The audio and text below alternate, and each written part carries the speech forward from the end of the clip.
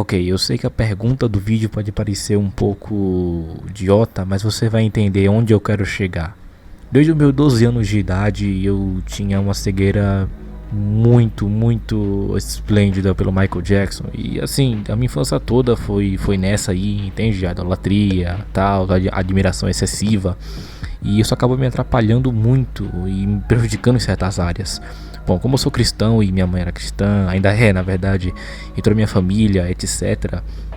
Bom, eu passei a viver nessa minha ilusão, nessa minha cegueira. Eu acabei atrasando os planos de Deus pra minha vida, isso é óbvio. E eu só fui enxergar isso quando eu fiz 17 anos de idade. Quando foi no início do ano passado, bom, eu entendi isso e acabei me libertando dessa porcaria. Depois disso eu passei a enxergar como é burra a ideia de eu tentar ser alguém que eu não sou. Como é burra a ideia de tentar interpretar, imitar os trejeitos, as falas, o comportamento, tudo pra poder parecer igual o cara. Tipo assim, eu comecei a enxergar o quão patético isso é, o quão a ideia burra, na verdade. Desde então eu comecei a enxergar isso e desde então também Deus me fez sentir de que eu deveria ajudar pessoas que estão passando por isso ou passaram por isso, entende? E foi por isso que, agora que a gente chega no ponto do vídeo, eu escrevi um livro. Exatamente, eu escrevi um livro contando sobre meu testemunho, partes autobiográficas, como o diabo conseguiu me cegar, como eu passei praticamente 50% da minha vida voltado para essa coisa, como isso me destruiu, como isso me intoxicou e como eu fiz para poder me desintoxicar. E basicamente tá tudo nesse livrinho aí que vocês estão vendo. Ao todo ele tem 21 páginas, se eu não me engano, e é basicamente um manual de como o diabo pode acabar com a sua vida em instantes, de como ele pode te cegar por anos e de como você pode lutar contra isso com a ajuda de Deus. É simples assim. Mas só que às vezes eu olho para esse livro e pergunto assim, tá, por que eu escrevi isso? E por incrível que pareça eu separei 3 tópicos do porquê eu escrevi esse livro. A primeira delas é chamado. Desde que eu me libertei, eu comecei a entender as coisas que Deus tinha para minha vida. Além do ministério da pregação, entre outras atividades ministeriais, eu comecei a sentir uma paixão, uma vocação pela escrita, pela literatura. E comecei a pensar de como essa ferramenta pode alcançar pessoas de uma forma muito boa, principalmente quando falamos do evangelho.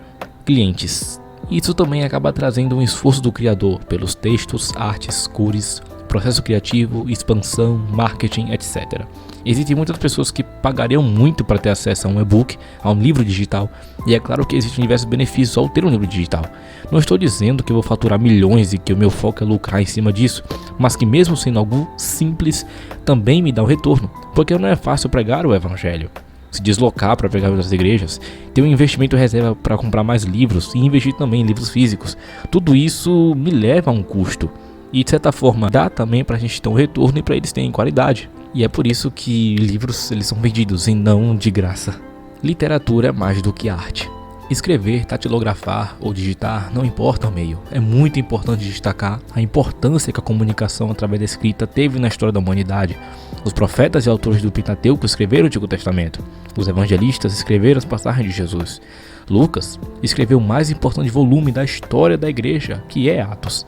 Diversos homens cristãos e até seculares, grandes políticos, passaram o tipo de comunicação através de cartas, papiros ou livros. Escrever é mais do que um áudio. Escrever é mais do que um vídeo. Escrever é mais do que um podcast. Escrever é mais do que uma arte. Escrever é passar emoções que não podem ser passadas por um áudio ou vídeo. Os seres humanos são mais criativos do que qualquer outra coisa. Deus nos deu uma mente muito aberta.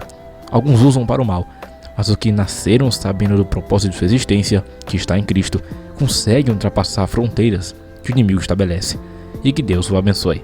Se você ainda não teve um encontro com Cristo, ainda não voltou para a igreja, seja por qual motivo seja, eu tenho certeza que você está errado. E eu não irei julgá-lo. Me chama no privado, conversa comigo, e eu sei que as coisas vão mudar, porque elas mudam. E até mais.